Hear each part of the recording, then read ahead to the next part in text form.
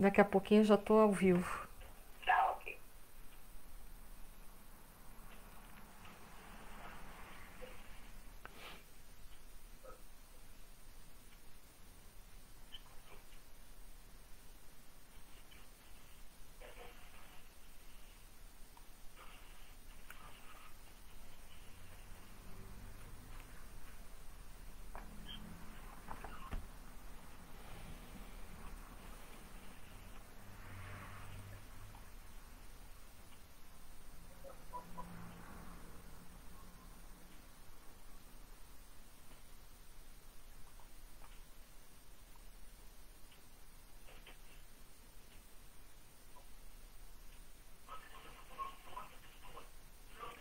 Boa noite a todos.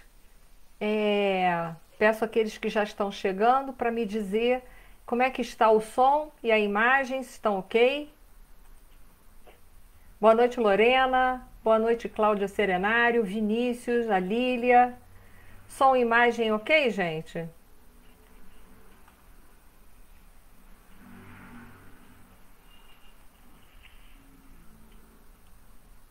Saudades também, Lília. Quanto tempo, né? Tudo ok. Ok, Lorena, obrigada. Eu deixei aí na página da SBE para vocês uma imagem que é o que tem um mapa. Aí, se vocês quiserem olhar depois, vai facilitar para o que eu vou falar daqui a pouco. Mas então vamos iniciando. E boa noite a todos, né? E nós vamos para começar, nós vamos fazer uma página de abertura de um livro do André Luiz. O meu é muito antigo, a capa está muito ruim já, mas Sinal Verde do André Luiz vai ser o capítulo de número 20, intitulado Obstáculos. E ele diz assim: diante dos obstáculos, fazer o melhor e seguir para frente. Sempre desapontamos alguém e sempre alguém nos desaponta. Assim como nem todos podem habitar o mesmo sítio, nem todos conseguem partilhar as mesmas ideias. Nunca explodir, gritar, irar-se ou desanimar, e sim trabalhar. Depois de um problema, aguarda outros. O erro ensina o caminho do acerto e o fracasso mostra o caminho da segurança. Toda realização é feita pouco a pouco. Nos dias de catástrofe, nada de cólera ou de acusação contra alguém, e sim a obrigação clara de repormos o comboio do serviço nos trilhos adequados e seguir adiante. Quem procura o bem, de certo, que há de sofrer as arremetidas do mal. Plantar o bem através de tudo e de todos, por todos os meios lícitos ao nosso alcance, compreendendo que, se em matéria de colheita Deus pede tempo ao homem, o homem deve entregar a Deus. Muito bem. Boa noite a todos que estão chegando.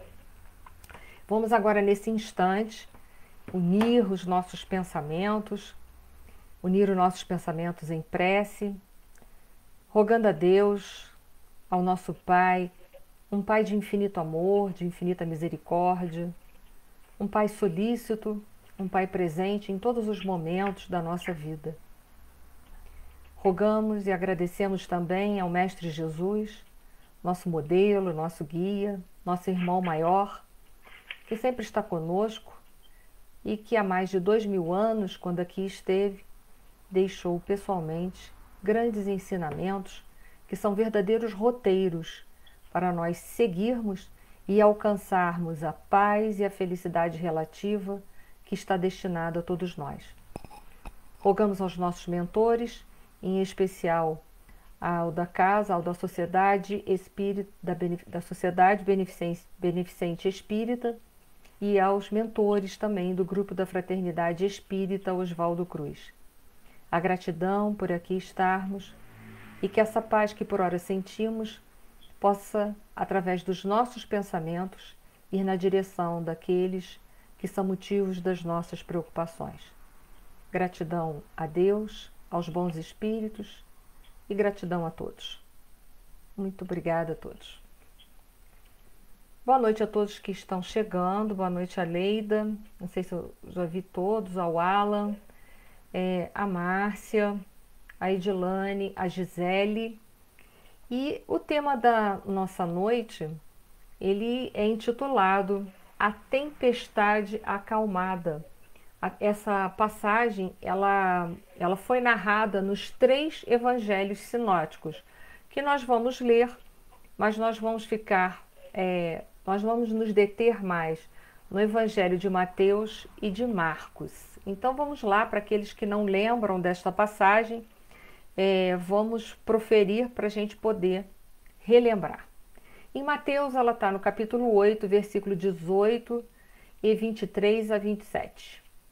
E diz assim: Ora, vendo Jesus a multidão em redor de si, mandou passar para outra margem do lago. E entrando ele no barco, acompanharam-no seus discípulos. Surgiu então, no mar, tão grande agitação, que as ondas cobriram o barco, mas Jesus dormia. Aproximando-se os discípulos, o acordaram, dizendo: Salva-nos, Senhor, que perecemos. Eles lhe disse: Por que temeis, homens de pequena fé? Então, erguendo-se, repreendeu os ventos e o mar, e fez-se grande calmaria. E os homens se maravilharam, dizendo: Quem é esse que até os ventos e o mar lhe obedecem? Em Marcos, está no capítulo 4, versículo 35 a 41. Naquele dia, ao cair da tarde, lhe disse: Passemos para o outro lado do lago. Deixando eles a multidão, levaram-no, assim como estava no barco, e estavam com eles outros barcos. E levantou-se grande turbilhão de vento, e as ondas caíram no barco de modo que já se enchia. E ele estava dormindo na popa, sobre o travesseiro. E eles o acordaram e lhes perguntaram: Mestre, não te importas que pereçamos? Tendo ele acordado, repreendeu o vento e disse ao mar: Cala-te, fica amordaçado. E cessou o vento e houve grande calmaria. Então lhes perguntou: Por que sois tão medrosos? Como ainda não tendes confiança? E eles, cheios de medo, diziam uns aos outros: Quem é este que até o vento e o mar lhes obedecem? Finalmente, em Lucas capítulo 8, versículo 22 a 25, ele diz assim: E aconteceu que num daqueles dias entrou num barco com seus discípulos e disse-lhes: Passemos para o outro lado do lago. E partiram. Enquanto eles navegavam, ele adormeceu e desabou um turbilhão de vento sobre o lago, e o barco se encheu e estavam em perigo. Aproximando, despertaram-no, dizendo: Mestre, mestre, perecemos. Tendo ele acordado, repreendeu o vento e a fúria da água, e cessaram, e houve calmaria. Então lhes perguntou: Onde está vossa fé, vossa confiança? Eles, aterrorizados, admiraram-se, dizendo uns aos outros: Quem é este, afinal, que manda os ventos e a água, e eles lhes obedecem? Muito bem. Boa noite aos que estão chegando. A Cláudia Gal, a Celinha, a Jurema, a Sônia, Félix e a tantos outros que de repente eu já perdi. O Marco Mota. Muito bem, gente. Nós vamos fazer algumas colocações. Eu deixei aí um mapa para vocês na página, logo em cima da página da SBeta, até acima da nossa live, porque é de suma importância nós entendemos que as localizações geográficas são símbolos, elas são importantes, porque tanto as situações geográficas como os fenômenos da natureza, eles são utilizados como símbolos por nosso Senhor Jesus Cristo para nos ensinar, para passar para todos nós ensinamentos. Então foi por essa razão que eu botei aí para vocês um mapa e a gente vai falar um pouquinho sobre a questão da localização geográfica e ao longo da nossa conversa essa noite nós vamos ver como a localização geográfica, bem como os fenômenos da natureza, eles foram símbolos que foram utilizados por Jesus para passar seus ensinamentos. E essa noite estou tendo um grande presente, estou vendo aqui a presença do nosso querido João Gabriel. Há quanto tempo, né? E a Edith está aqui presente comigo no celular e está te mandando um beijo, porque ela te adora também. Que bom te ver, nós estamos muito felizes. Que coisa boa, viu? É com grande alegria. Então vamos lá, gente. Depois dessa alegria toda, vamos seguindo então. Eu deixei então um mapa para vocês e nós vamos ver que Jesus, ele se encontrava na Galileia. E ele estava indo, a partir do momento em que ele entrou no barco, né, ele entrou no mar da Galileia, o lago de Tiberíades, é tudo a mesma coisa, tá? Só para vocês entenderem.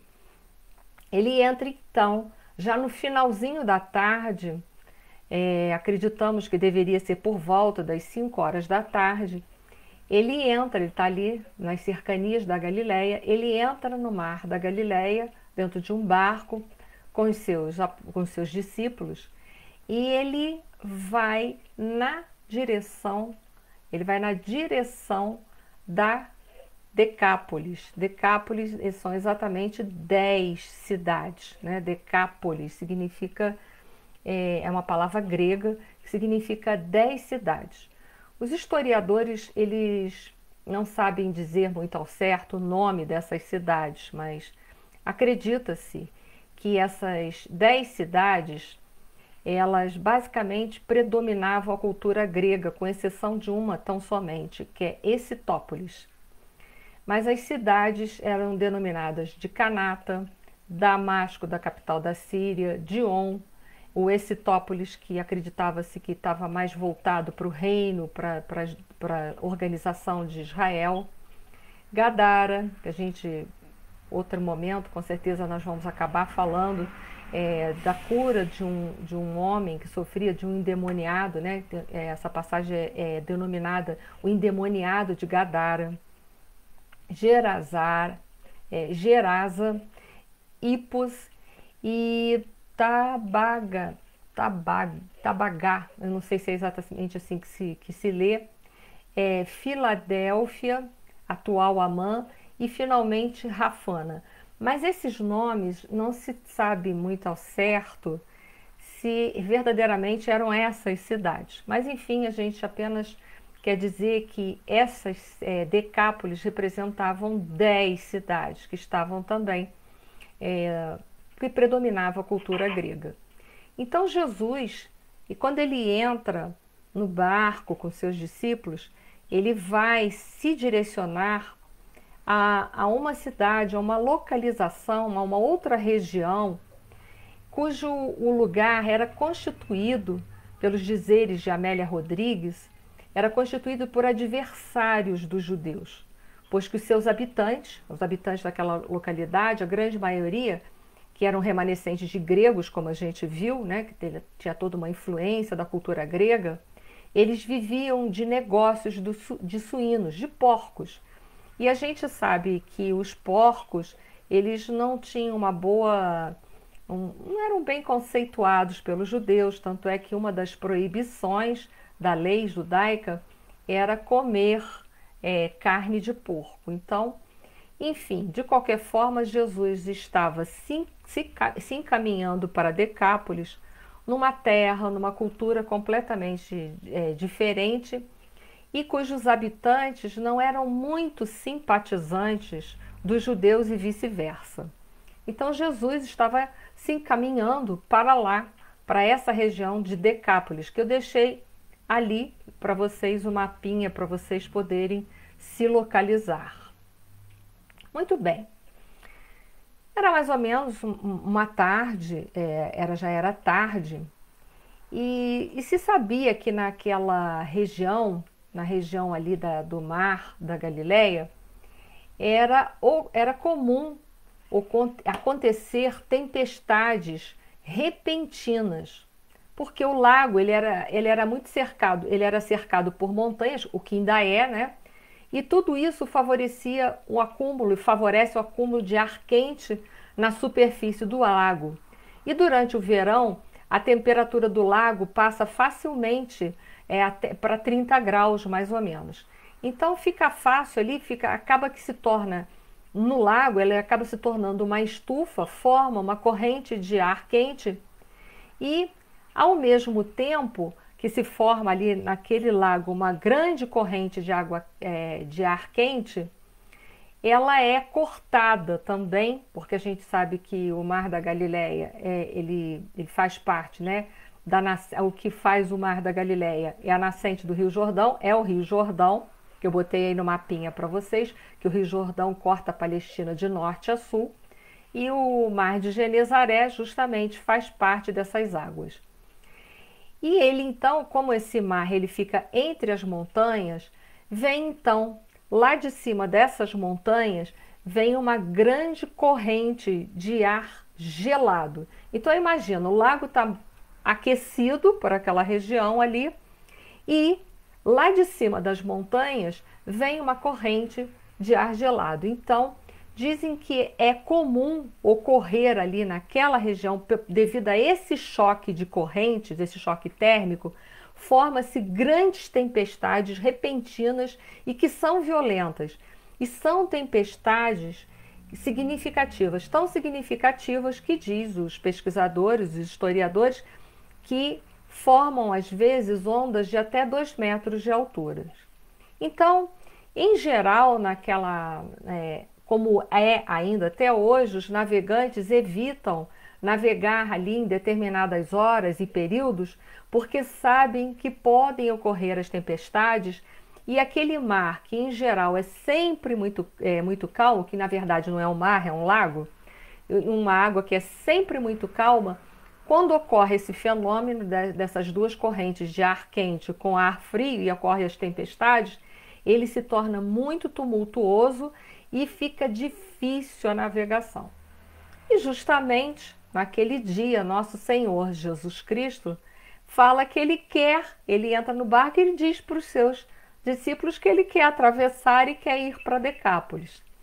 Nós temos que compreender que é claro que nosso Senhor Jesus Cristo não tomou essa decisão a esmo, porque nós temos que compreender que nosso Senhor Jesus Cristo, como nós temos notícias hoje com a doutrina dos Espíritos, nada mais é do que o governador espiritual do nosso planeta. Ele é um espírito crístico, é um espírito puro que já chegou a um estado crístico, ou seja, que colabora, que ajuda na administração do universo junto com o Pai. Então ele não é um espírito qualquer.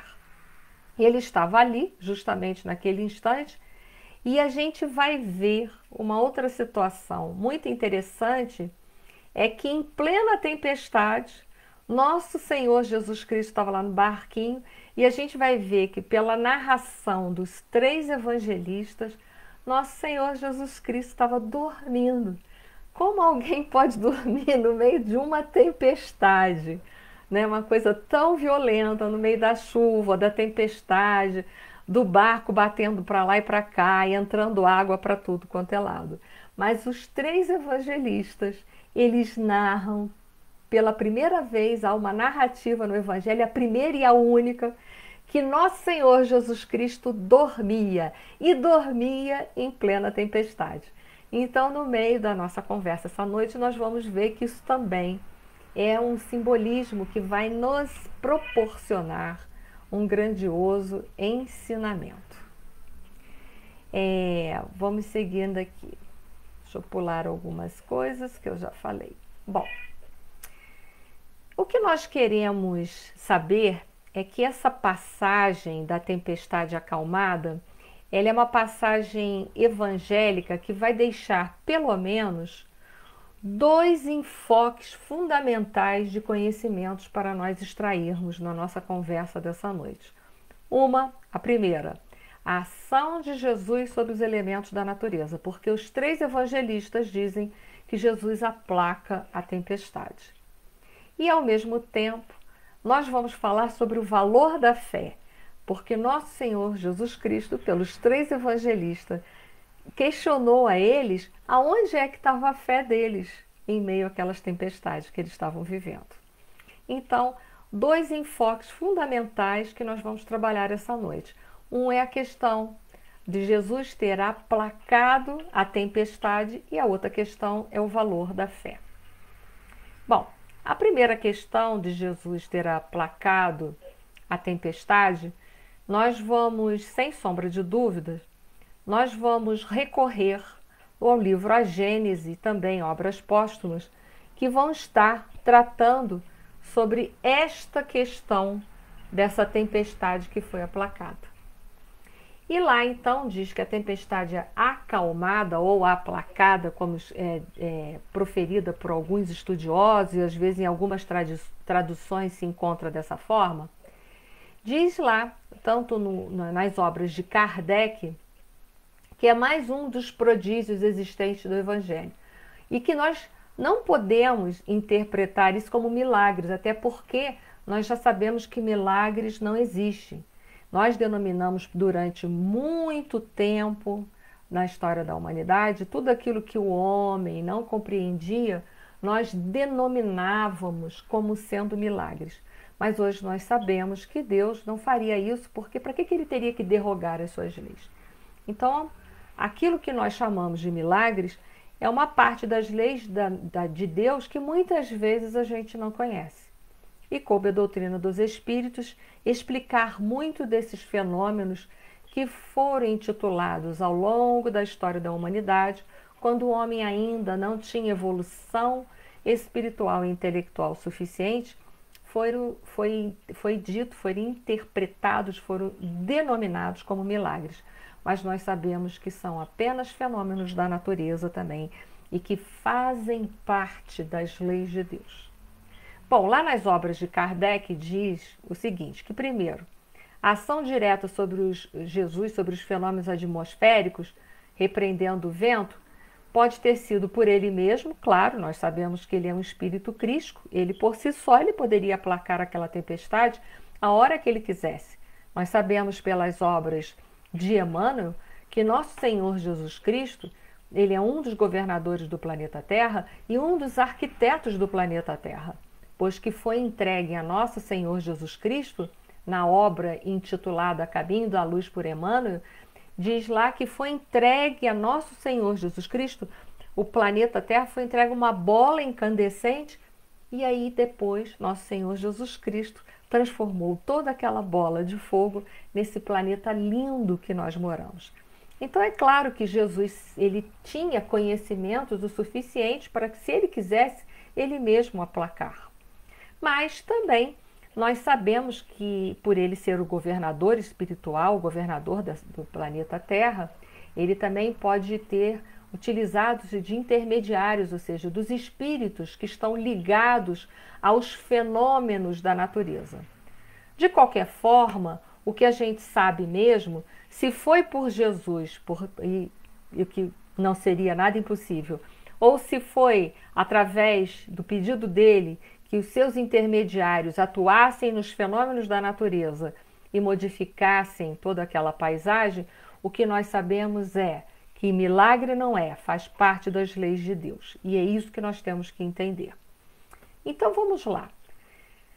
Vamos dizer que Jesus não fez esse trabalho ele pessoalmente, mas sim que ele delegou aos espíritos, a espíritos que estão responsáveis pelos fenômenos da natureza. E é aí que nós vamos recorrer à questão de número 538 do Livro dos Espíritos, na qual Kardec pergunta assim à espiritualidade amiga: formam categoria especial no mundo espírita os espíritos que presidem aos fenômenos da natureza?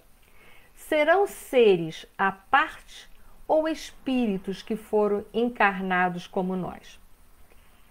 Resposta dos espíritos: que foram ou que o serão. Ou seja, podem ser espíritos que já tiveram aqui reencarnado ou podem ser espíritos que ainda reencarnarão futuramente.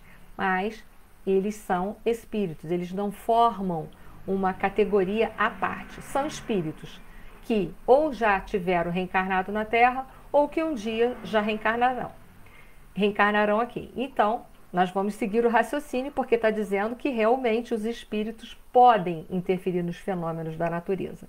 E na pergunta, então, 538, letra A, Kardec, então, continua esmiuçando um pouco mais essas questões para nós podermos entender. Pertencem esses espíritos às ordens superiores ou às inferiores da hierarquia espírita? O quê? Ele queria saber se esses espíritos são espíritos de que ordem? Imperfeitos, bons ou espíritos puros? Enfim, Kardec está querendo saber um pouco mais que espírito é esse, qual a categoria, qual a ordem que ele ocupa. E aí os espíritos respondem: isso é conforme seja mais ou menos material, mais ou menos inteligente o papel que desempenhem. Uns mandam, outros executam. Os que executam coisas materiais são sempre de ordem inferior, assim entre os homens como assim entre os espíritos como entre os homens. Então Kardec já deixou para a gente bem claro que os que são de uma hierarquia maior, que ele até agora não disse muita, não esmiuçou muito, mas os que são de uma hierarquia maior dão ordens para aqueles que são de uma hierarquia menor executarem a mudança dos fenômenos da natureza. E aí Kardec, ele continua querendo saber um pouquinho mais sobre isso, e na 539 ele pergunta assim para os espíritos: a produção de certos fenômenos, das tempestades, por exemplo, é obra de um só espírito ou muitos se reúnem formando grandes massas para reproduzi-los? Ele queria saber, um espírito só poderia dar conta daquilo tudo ou precisa de um monte para dar conta, por exemplo, de uma tempestade? O que no nosso caso aqui é uma tempestade. E a resposta é: reúnem-se em massa inumeráveis. Então, a gente já vê que para os fenômenos da natureza não é tão somente um que vai estar trabalhando ali. Sabemos que há aqueles que comandam os fenômenos, que têm o conhecimento de causa, que sabem o que eles têm que fazer e quando tem que se fazer, e que são eles que vão ordenar aqueles de uma classe inferior para que executem o trabalho material. Mas, de qualquer forma, há uma hierarquia daquele que manda e daquele que faz. E, na verdade, são inúmeros espíritos que vão trabalhar. Muito bem, na 540, Kardec continua. Os espíritos que exercem ação nos fenômenos da natureza operam com conhecimento de causa, usando do livre-arbítrio, ou por efeito de instinto ou irrefletido impulso? Ele está querendo saber sempre um pouco mais. E aí os espíritos respondem: uns sim, outros não. Então a gente já vai vendo que uns têm conhecimento do livre-arbítrio, um tem o conhecimento da causa e efeito, e outros não, agem maquinalmente, por ordens. Então a gente está só esmiuçando. Ele continua: estabeleçamos uma comparação. Considera essas miríades de animais que pouco a pouco fazem emergir do mar ilhas e arquipélagos. Julgais que não há aí um fim providencial e que essa transformação da superfície do globo não seja necessário à harmonia geral? Entretanto, são animais de ínfima ordem que executam essas obras, provendo as suas necessidades e sem suspeitarem de que são instrumentos de Deus. Pois bem, do mesmo modo, os espíritos mais atrasados oferecem utilidades ao conjunto. Enquanto se ensaiam para a vida, antes que tenham plena consciência dos seus atos e estejam no gozo pleno do livre-arbítrio, atuam em certos fenômenos de que inconscientemente se constituem os agentes. Primeiramente, executam. Mais tarde, quando suas inteligências já houverem alcançado um certo desenvolvimento, ordenarão e dirigirão as coisas do mundo material. Depois, poderão dirigir as do mundo moral. E é assim que tudo serve, que tudo se encadeia na natureza, desde o átomo primitivo até o arcanjo, que também começou por ser átomo. Admirável lei de harmonia que o vosso acanhado espírito ainda não pôde ou não pode apreender em seu conjunto. Então, sem entrarmos em particularidades, não falaremos desses espíritos que ainda não estão em pleno gozo do seu livre-arbítrio, não falaremos dessas consciências, mas o que nós vamos nos deter aqui essa noite é que há um conjunto de espíritos de pouca evolução, de pouca experiência, que ainda não gozam de pleno gozo do seu livre-arbítrio, não têm consciência do que estão fazendo, mas são ordenados por aqueles, então, que possuem consciência dos fenômenos e sabem quando e como os fenômenos da natureza devem se apresentar e em que região que eles devem se apresentar.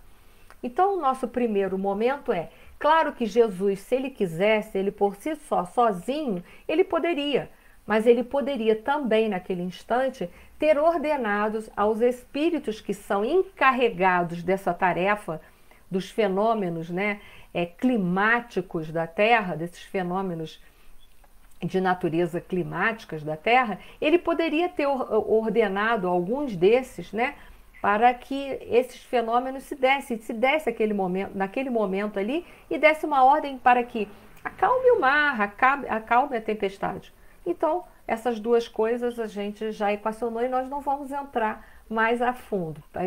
Mas, quem sabe, mais tarde, um dia eu conto para vocês quem são esses espíritos. Mas, por hora, a gente vai seguir, deixo vocês na curiosidade. O segundo ordem de ensinamentos que nós podemos tirar é a questão do valor da fé. Se a gente já entendeu que o fenômeno não faz parte de uma derrogação das leis de Deus, mas sim estão inseridos dentro da lei de Deus, e a gente entendeu isso agora, o segundo grande ensinamento deixado nessa passagem é o valor da fé. E aí eu quero passar para vocês agora uma pergunta, um questionamento. O que é a fé para vocês? Isso é claro que eu não vou ter aqui a oportunidade, nesse instante, de ouvir as respostas de vocês. Mas perguntem para vocês o que é fé. A fé, em geral, é uma crença que nós nutrimos por um ser superior. No nosso caso, um ser superior, criador de todas as coisas, causa incausada de todas as coisas. E que, ao mesmo tempo, por nós acreditarmos nesse ser superior, que criou todas as coisas do universo, com isso nós vamos desabrochando o nosso potencial de fé. Com isso nós vamos desabrochando, porque a fé ela vai sendo desenvolvida. A fé ela vai sendo desenvolvida. Emmanuel, no livro Fonte Viva, capítulo 25, ele fala assim: a fé é um sentimento que pode ser desenvolvido, ou seja, pode e é desenvolvido, utilizando a força da vontade, do conhecimento e das virtudes. Sendo assim, a alma humana, nesses 20 séculos de cristianismo, é uma consciência esclarecida pela razão, em plena batalha pela conquista dos valores iluminativos. Nós sabemos que a nossa fé, ela é calcada, ela é baseada na razão. Então, por isso que tudo a gente não sai chamando os fenômenos da natureza por milagres, mas nós hoje já compreendemos pela nossa fé raciocinada que tudo está dentro da lei de Deus, tem uma causa, que por ora nós podemos não compreender, mas que tem uma causa divina por trás daquilo tudo, que está dentro das leis de Deus. Não, o milagre não existe porque seria derrogar as leis de Deus. E para que Deus precisaria derrogar as suas leis? De forma alguma. Então a fé é essa crença que nós temos num ser superior, aquele que criou todas as coisas. E se nós acreditamos em algo que nós não podemos ver, que é esse ser que criou todas essas coisas, mas que nós já podemos compreender, é claro que a fé, ela então nos leva para o atemporal. Então, ao mesmo tempo que nós acreditamos num poder superior, ao mesmo tempo, esta crença num ser superior nos leva também para o atemporal, para valores que a traça e o ferrugem não corrompem. E aí que eu volto novamente a fazer um questionamento, levar o questionamento para vocês. O que é fé para nós. E como anda a nossa fé? A nossa fé, ela tem nos levado para o atemporal? Porque se ela tem nos levado para o atemporal, a nossa fé ela está fortalecida, ela está direcionada. Ela não vai ser uma fé tão vacilante ou não deve ser uma fé vacilante. A partir do momento em que a fé me leva para o atemporal, eu passo a sentir Deus dentro de mim e eu passo a sentir a misericórdia de Deus e a providência divina. O que é a providência divina? É a solicitude do Pai para com as suas criaturas. Então, se nós compreendemos e sentimos isso dentro de nós, nós sabemos que não há problema no mundo que nós venhamos a passar ou que estejamos passando que o Pai não tenha uma solução. Portanto, a gente pode ficar tranquilo, porque não há problema nenhum que nós estamos enfrentando ou que possamos vir a enfrentar no futuro que o Pai não tenha uma solução para nenhum de nós. Então isso já é. Muito bem. Os mares estavam, aquele mar estava tempestuoso, perigoso naquele dia. E é claro que a gente sabe que Jesus ele estava deixando ali para a gente um grande ensinamento para todos nós. E é interessante, Jesus dormia. Nenhuma passagem do Evangelho, a não ser essa, fala que Jesus estava dormindo. Nós não encontramos mais nenhum outro lugar no Evangelho que cita Jesus dormia. Não, essa é a única passagem que cita que Jesus dormia. Para quê? Para mostrar justamente para nós tudo isso. Fica tranquilo, pode dormir. Essa tempestade, Deus está sabendo sobre ela. Deus é onipotente, onipresente, onisciente, Ele está em todos os lugares. Não cai uma folha de uma árvore sem que Deus esteja ciente. Ele sabe dessa tempestade. E mais, se Deus está em todos os lugares, Ele está dentro e fora de nós. Ele está dentro de você. Ele sabe que nesse instante você está no meio dessa tempestade. Então, olha, pode dormir, pode ficar tranquilo. Por quê? Faz a tua parte. Por quê? Porque Deus está ali. Basta você apelar para Ele naquele instante. Ele está ali. Basta você se ligar ao Pai. Eu penso, mas a gente tem que apelar ao Pai. Não, Ele já sabe que você está ali. Eu digo que quando a gente fala de apelar, é porque a gente precisa desse momento para a gente se conectar um pouco mais em Deus. Porque Deus já está conectado conosco 24 horas. Quando nós fazemos uma prece para Deus, não é para Deus se conectar com a gente, mas é para a gente se conectar com Deus. Porque a dificuldade é nossa. Então esse fenômeno dessa tempestade em que Jesus dormia, Ele dormia para mostrar para a gente a onipresença, a onisciência do Pai, para mostrar a sua solicitude, a sua providência divina, que basta, nos momentos de dificuldade, nós apenas nos conectarmos com Ele, porque Ele já está com a gente. Ele saberá o que fazer no momento das nossas tormentas. O mar estava tempestuoso e diz um ditado assim: mares calmos não fazem bons marinheiros. Mares calmos não fazem bons marinheiros. E é aí que agora, com essa frase e com essa reflexão, que eu vou entrar nos simbolismos dessa passagem de Nosso Senhor Jesus Cristo. Jesus pede para que todos entrem no barco. Um barco que naquele instante estava sendo conduzido. Conduzido por quem? Acima de tudo, estava sendo conduzido por Ele, sem dúvida nenhuma. Diz os estudiosos que o barco, ele representa o nosso corpo físico. O condutor desse barco somos nós, os espíritos imortais. O mar agitado, ele representa a nossa vida atual, a nossa encarnação. E aqueles ventos que sopram são aquelas atribulações que nós sofremos na vida, nas quais nós chamamos de provas e de expiações. Mas entenda, nós estamos num barco, que é o corpo físico, Nós somos o condutor desse corpo, somos os responsáveis por eles. Estamos no mar da vida. Esse mar da vida, ora está calmo. Esse mar da vida, ora está repleto de tempestades. Mas nesse barco, lembre-se sempre, tem Jesus, que é o divino comandante desse barco. Bom, vamos falar um pouco de provas de expiações. Nós estamos no mar da vida.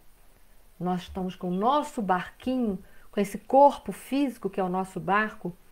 Nós estamos imersos, melhor dizendo, né, o correto, no mar da vida. E esse mar da vida, ele tem muitas tribulações, tem tempestades, tem tsunamis, tem ventos, tem raios. E nós sabemos que no mar da vida, nós teremos aqui, nesse planeta de provas e expiações, que estamos mergulhados, nós teremos que passar por provas e expiações.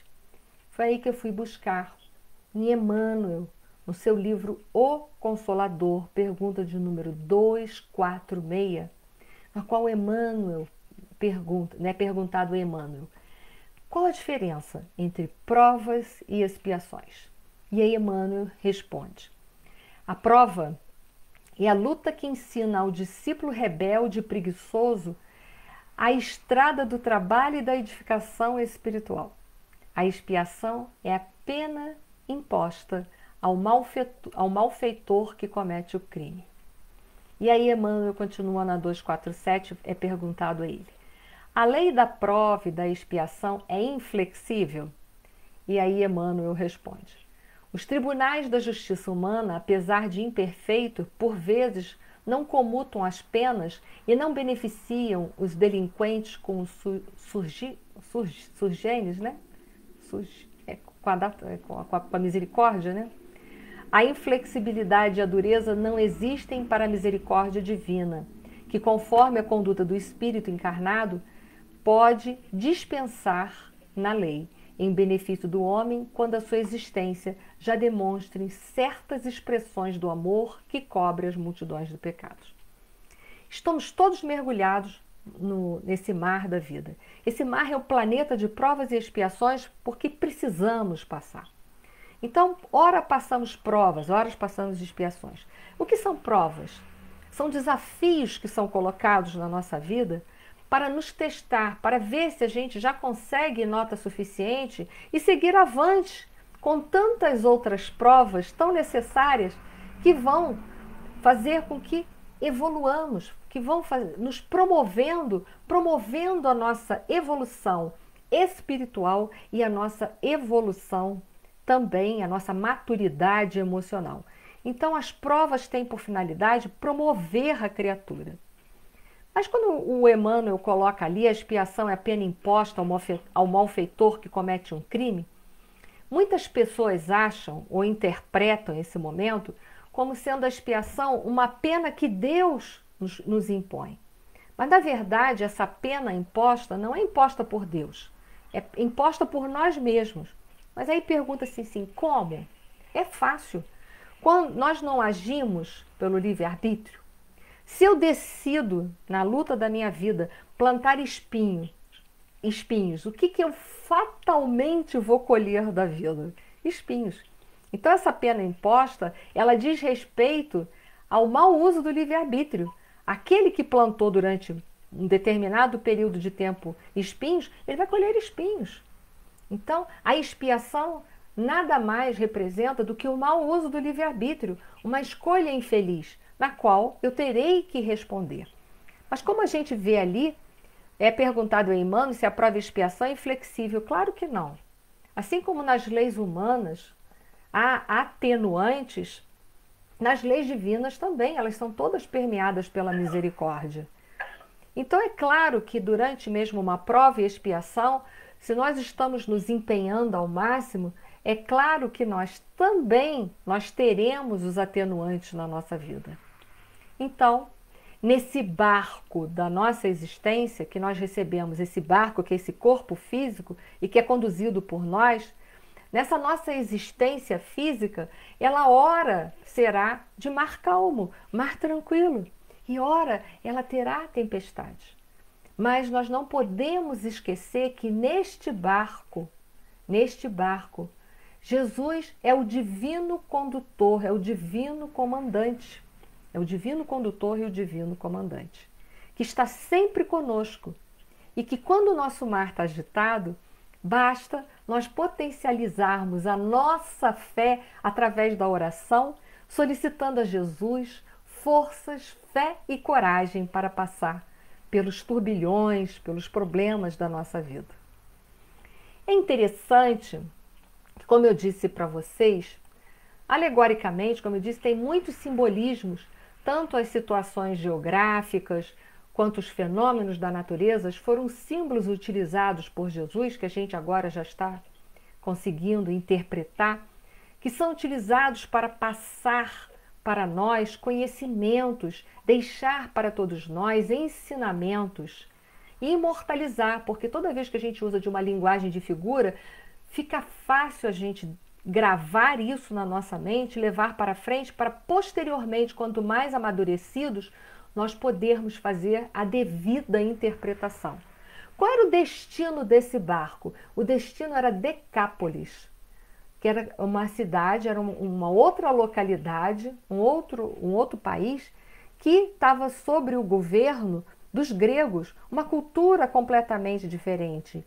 E que entre os judeus e os gregos, naquela região ali, havia uma certa aversão entre eles. E o barco, justamente, ele saía da Galileia e se conduzia aonde? Conduzia para essa região onde haviam adversários, onde haviam pessoas cujos judeus antipatizávamos. Qual a lição que nós podemos aprender com essa trajetória de Jesus? Que no mar da nossa vida, muitas vezes nós vamos ser direcionados a convivermos com pessoas que são diferentes, nas quais nós não sentimos antipatias, ou que são verdadeiros adversários. Para quê? Para nós aprendermos a amar, para nós aprendermos a perdoar 70 vezes, 7 vezes. Então Jesus não se encaminhava para aquela direção nessa passagem por um acaso, mas mostrando que é hora de nós quebrarmos preconceitos, é hora de nós quebrarmos as animosidades que ainda existem dentro de nós e começarmos a permearmos a nossa vida de amor, de perdão. Se convivemos com pessoas difíceis, não é por um acaso. Não é por um acaso. Como eu disse para vocês, quando Jesus entrou naquele barco, ele dormiu, ele não dormiu sem conhecimento de causa. Ele sabia de tudo o que ia acontecer naquela trajetória. E ele estava ensinando para a gente também que a nossa vida é permeada de altos e baixos e que é preciso que venhamos a fortalecer a nossa fé. E que, ao mesmo tempo, é preciso compreendermos que aquilo que se encontra no nosso caminho ou para onde a vida da gente nos direciona é para lá que nós precisamos, porque é lá que está os ensinamentos todos que precisamos aprender. É lá que está todas as dificuldades que precisamos superar. Então, aqueles que nós convivemos que são difíceis não foram colocados no nosso caminho por um acaso. Não foram colocados por acaso. Foi colocado por um conhecimento de causa e efeito. Todos aqueles estavam ali. Um último fato que eu quero deixar para vocês aqui essa noite, de simbolismos também, e que foi narrado só no Evangelho de Marcos, é que Marcos dizia que naquela trajetória que eles estavam fazendo, haviam com eles outros barquinhos. Olha que interessante. Ele quer dizer que naquela travessia espiritual, né, naquele momento haviam outras pessoas que também precisavam passar por ali, tinham provas e expiações semelhantes. E na nossa vida é assim. Temos outros barquinhos caminhando conosco no mar da vida e que passam por situações semelhantes. Então nós não somos os únicos a passar por provas e expiações. E também nos mostrando a importância de sermos solidários, principalmente nesse momento. Não podemos ter preocupação só com o nosso barquinho, nós que ainda somos tão individualistas. Não, nós não andamos por esse mar da vida solitários, e essa lição é para nos mostrar que precisamos ser solidários, principalmente em meio às tempestades da vida. E quem será, agora eu faço a pergunta para vocês, que está perto do círculo de vida de vocês, do contato de vocês, que nesse instante está passando por uma tempestade? Porque em verdade a Terra, o planeta Terra, nesse instante, passa por uma grande tempestade chamada pandemia, provocada por um vírus pequenininho, o coronavírus, mas que está fazendo aí uma verdadeira transformação de hábitos, de pensamentos no planeta Terra. Não vou dizer que para todos, há consciências ainda muito refratárias aos ensinamentos, há consciências muito refratárias a mudanças, mas quantos de nós já nos beneficiamos dessas mudanças que o coronavírus vem nos ensinar? Nós estamos nesse barco, nesse grande planeta Terra. Estamos agora em meio a uma tempestade. O que será mais que nós podemos aprender com o Covid? O que será mais que nós podemos extrair desses ensinamentos de nosso Senhor Jesus Cristo? Estamos atravessando para o outro lado. Qual a travessia do nosso barquinho? Para onde nós estamos indo? Jesus sempre, não importa para onde nós estamos indo, mas Jesus sempre preside nossas ações. Principalmente se nós estamos voltados para o bem, principalmente se nós estamos procurando ser seus trabalhadores. Ocorre grande tempestade, diz lá a passagem, sem dúvida nenhuma. Mas lembre-se, Jesus dormia tranquilo porque ele sabe, ele acredita no Pai e sabe que tudo passa. As tempestades das nossas vidas vão passar. Os mares que ora estão calmos, passam, vêm as tempestades. Mas depois das tempestades, a tempestade também vai passar e o mar vai ficar calmo novamente. Então Jesus dormia para mostrar para a gente que nós precisamos confiar mais em Deus. Nós precisamos largar mais de sermos tão controladores e nos entregarmos aquilo que o Pai deseja de nós. Estamos passando por provas e expiações? Deus sabe. Deus já sabia antes de nós sabermos que íamos passar por provas e expiações. E Deus já preparou todo o caminho para que pudéssemos passarmos bem pelas nossas provas e expiações e sermos vitoriosos.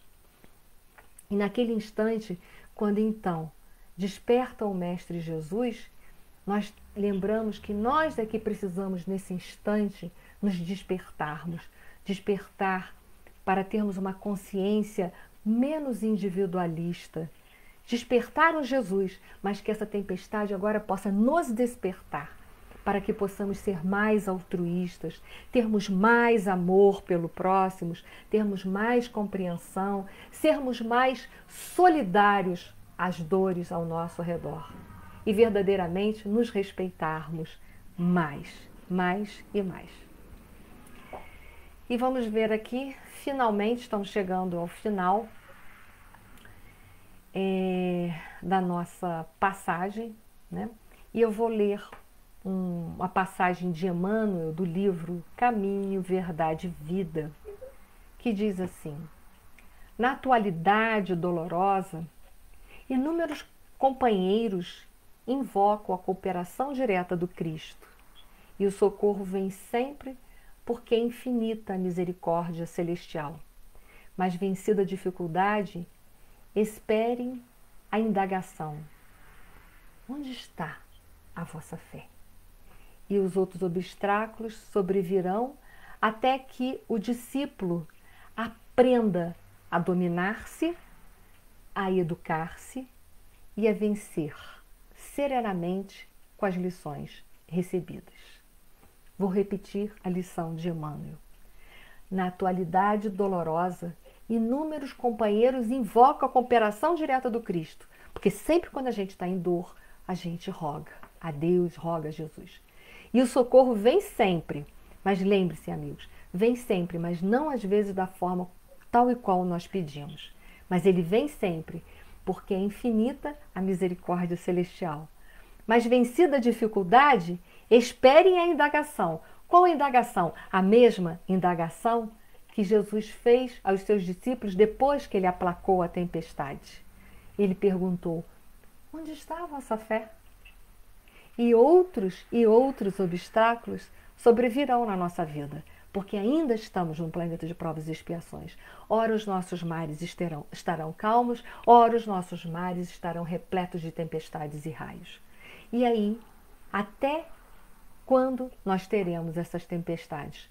Até quando, como diz Emmanuel, nós aprendermos a nos dominarmos, a nos educarmos e a nos vencer com serenidade através das lições recebidas por nosso Senhor Jesus Cristo. E lembre-se, finalmente, nós vimos antes, bons mares não fazem bons marinheiros. É verdade. O que faz com que a pessoa possa se fortalecer é passar pelas provas e expiações da vida com fé, com resignação, com aceitação e com coragem, para que mais tarde possamos ter o mar tranquilo, porque sempre depois da tempestade virá a bonança. Então, amigos, era os ensinamentos que eu gostaria de ter, que eu dividi com vocês essa noite, e que possamos lembrar sempre que depois da tempestade vem a bonança. E lembrarmos sempre que Jesus está sempre conosco nesse mar da vida, nos ajudando para nós conduzirmos o nosso barquinho pelo mar da vida. Basta que nós possamos abrir o nosso coração para deixar penetrar os seus ensinamentos e vivê-los. Obrigados a todos, uma noite de paz e luz, e vamos à nossa prece final. Senhor Deus, nesse mar da vida, nós te agradecemos as horas de calmaria, que é as horas que podemos fazer as nossas reflexões e nos prepararmos para as horas de tempestades, as quais também nós te agradecemos, porque sabemos que elas representam provas e expiações que irão nos promover, que irão nos tornar espíritos mais fortalecidos, mais evoluídos, mais amorosos, mais misericordiosos, mais resignados, mais dóceis, Senhor. Porque no futuro nós também poderemos ser um espírito crístico. E esta é a beleza da vida. É sabermos que se por ora ainda somos espíritos imperfeitos, mas um dia nós também poderemos ajudar a aplacar tantas outras tempestades na nossa vida.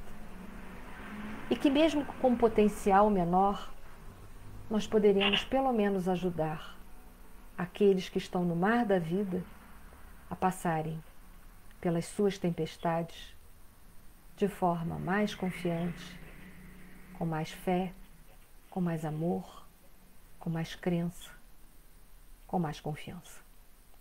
Gratidão, Senhor, por tudo, e que essa paz e esse amor fique conosco hoje, agora e sempre. Obrigado a todos, obrigado pela oportunidade dessa noite. Um forte abraço para todos. Até a próxima. Amiga. Boa noite.